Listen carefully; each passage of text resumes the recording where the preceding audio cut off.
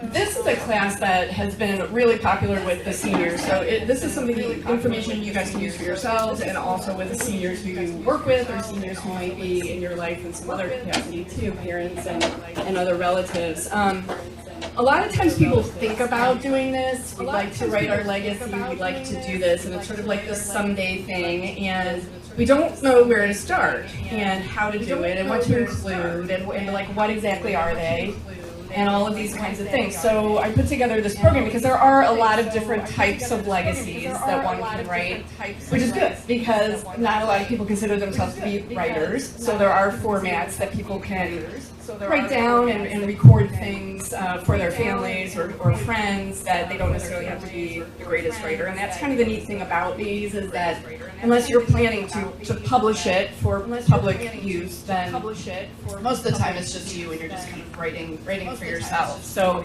so this is usually a 1 hour class. It's going to be condensed into about half an hour. So I'm going to hold a microphone. It's even harder to hold a microwave. Maybe if I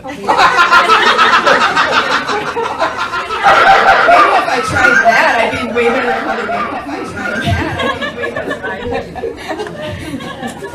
it. We're all in the senior market. We all have moments. You're fine.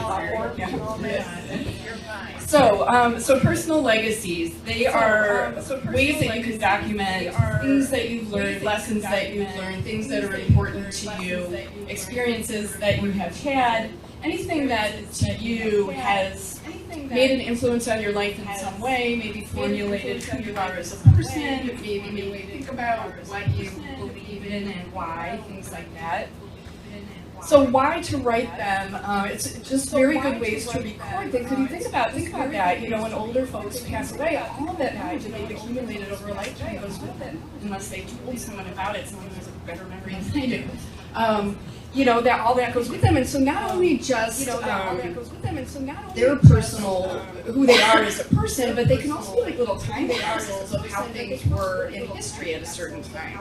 You know, what was it like in downtown Cleveland in 1920? You know, we don't have that experience of knowing that, and so hearing some of these stories come out is just like really fascinating. You know, back when the West Side Market was the grocery store, and that's where people went. So different things like that. It can be a historical time capsule. And these kinds of things are often more meaningful bequests that you can leave for your family than your material possessions. Material possessions and money, that's wonderful and great, but these things sometimes can be far more meaningful to leave for people to know about. The process of writing, some people also find that to be very therapeutic, so that's a really good just perk of doing this.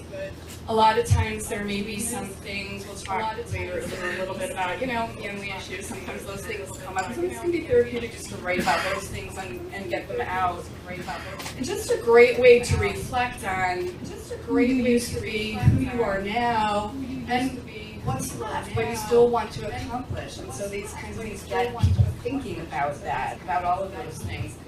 Really great ways to deepen relationships too with people.